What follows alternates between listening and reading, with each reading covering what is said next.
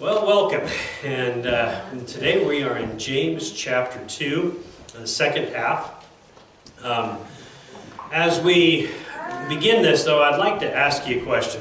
Have you ever had someone ask you a question, and then when you answer the question, they don't really listen, but they're, yeah. Has that ever happened to you? Yeah. It's a common thing, and we all do it from time to time, but some people do it more often than not. My wife was telling me this morning about someone who had asked her a question about making coffee in her coffee maker, and she has this it's not a special coffee maker, but something that's, not just everybody has. So she's like, well, you have to do this. And the person asking was like, yeah, I got it. And then she starts to do something else. And she said, no, you got to do, oh, yeah, I got it. Sometimes we do that. We kind of jump into things and we don't really listen. But what's the difference between knowing something and really understanding it? This last week, need to put a new clutch in a tractor, and I don't know if you've ever seen the process of replacing a clutch in a tractor, but it requires removing the front of the tractor from the back of the tractor. You actually break the whole thing in half, and you put a new clutch in it, and you put it all back together. Well, I knew that, but I had never done it before. It was a totally different thing to actually do it and see the experience of it. And so my son and I did that together, and it was kind of fun to actually do it. Now I know how it's done. I've experienced it. Today we're going to be talking about faith, but not just faith. It's faith without works. Can it work? When you know something, when you believe something, but you don't have any action behind it, does it have any value? So that's what we're going to be discussing this morning. It starts out in James chapter 2 and verse 14. What good is it, my brothers, if a man claims to have faith, but has no deeds? Can such a faith save him? This statement is often, I believe, confused and misunderstood. Because when you look at it and you say, faith, can faith save us? Yes, it can. We read, believe in me and you shall be saved. You can see multiple times in the New Testament that talks about believing, having faith in God, and the result is salvation. But is it possible that you can believe in something without having an action behind it? Somebody described it like this, I'll read this quote here. It says, I believe I can pass a test, but if I do nothing to prepare for it, can I pass it? If I don't, I know if I study for it, if I really work on it, can I pass it? Yeah, I can. I know that. But if I don't do anything to prepare for it, that's the difference between having faith in something and following through with it, or somebody that just says, oh well, I believe it'll happen, and the difference is one actually allows you to do something, and the other has no legs to it. It just doesn't work. Faith by itself is dead, and that's what he says here. What good is it, my brothers, if a man claims to have faith but has no deeds? Can such a faith save him? He goes on to explain, he says, suppose a brother or sister is without clothes and daily food. If one of you says to him, go, I wish you well, keep warm and well fed, but does nothing about his physical needs, what good is it? You can imagine that would be a physical explanation of this, is that if we see somebody in need, and our only reply is, go, be filled and clothed and go on your way. What did we do to help them? How much good was that? to just say the words. It has to have some action with it, not just the words. Faith is a tricky thing. Belief and faith, I think, are very similar in the idea that when we have faith in something, we believe in it. But if it's just an intellectual belief, if it doesn't change from being just a knowledge or an intellectual understanding of something, then it just stays right there. It's just here. It doesn't go any further. But when we truly believe, when we truly know something, isn't there an action that would naturally follow? Isn't there something that we would do if we really believed it? And that's the idea of what he's saying here to me, is that faith without works is dead. Because if we just believe something, what good does it do? He goes on in verse 16, but someone will say, verse 17. In the same way, faith by itself, if it is not accompanied by action, is dead. I heard somebody say one time that you can't see wind. And I thought, well, sure you can. You can see it. And no, actually you can see the result of the wind. You don't see the wind, but you see the dust flying. You see the trees blowing. You see the objects moving, but you can't really see wind. Wind is like faith. You don't see faith, but you can see the actions that follow faith. The works, the things that come about from it. When we do something, when we have actions, then that shows the faith that we have. Faith without actions is dead. In verse 18 he says, but someone will say, you have faith, I have deeds. Sometimes we want to compare with somebody else and say, well, you've got this and I've got this, so yours is just as good as mine, or I'm just as good as yours, but they're both the same. Someone that is doing just deeds. Let's take that first. If someone is looking at their belief in God and saying, if I do enough good things, then I can be in heaven. I've actually heard that statement from people saying, I don't need church, I don't need God, because I'm a good person. And in the end, God will judge me by my good deeds, and I will be good enough. And I cringe when I hear those words, because I know we're none good enough. We can't do it. On the other hand, you can hear or see someone that says, I have faith, I believe. I'm not going to do anything. And you've heard illustrations of this, and the guy on the roof that's waiting for somebody to rescue him and waiting for God to rescue him. He's praying, and he prays, and a boat comes by and says, jump in. And no, I'm waiting for God to save me. A helicopter comes by. No, I'm waiting for God to save me. And then when he drowns and ends up in heaven, he said, how come you didn't save me? He said, I sent a boat and I sent a helicopter, but you didn't take either one of those. So faith without works is dead. So as works trying to earn salvation would also be pointless. It takes both, faith and works. And it says, show me your faith without deeds, and I will show you my faith by what I do. You believe that there is no God. You believe there is one God. Good. Even the demons believe that and shudder.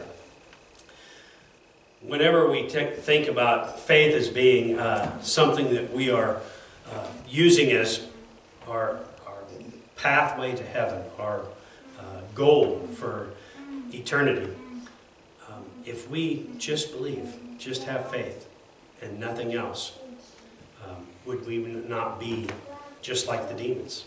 The demons believe and shudder. They know that there is a God. They know that there is only one true God. And they shudder at the thought. If we just believe and nothing else, where are we at? But he goes on in verse 20. He says, you foolish man, do you want evidence that faith without deeds is useless? Was not our ancestor Abraham considered righteous for what he did when he offered his son Isaac on the altar? You see that his faith and his actions were working together, and his faith was made complete by what he did. And the scripture was fulfilled that says, Abraham believed God, and it was credited to him as righteousness. And he was called God's friend. This relationship that Abraham had, I want to just really quickly recap this. Abraham is into his late years, and he finally has a son. The one son that God is going to use to populate the world and all of his inheritance that he has promised him. And then he says to him, he says, I want you to take your son, and I want you to sacrifice him to me. Now, Abraham believed that God had a plan, that if he could cause my wife and I to have this child at a late age, then he could bring my son back from the dead. And he's promised me that he is going to use this son to populate the world. So I put my trust and faith in him. And so he does. But God stops him, of course. But that trial that we were talking about earlier on in this chapter comes into effect here. He was testing him. He was checking to see if Abraham was truly devoted. Are you truly with me? Believe in me? Trust me? And that action that he had, the desire to go and do what he is told to do, showed that he did have faith and trust in God. He believed in him. And he says, and you see that a person is justified by what he does and not by faith alone. He's not justified by what he does alone, and he's not justified by the faith alone. He's justified by the two together.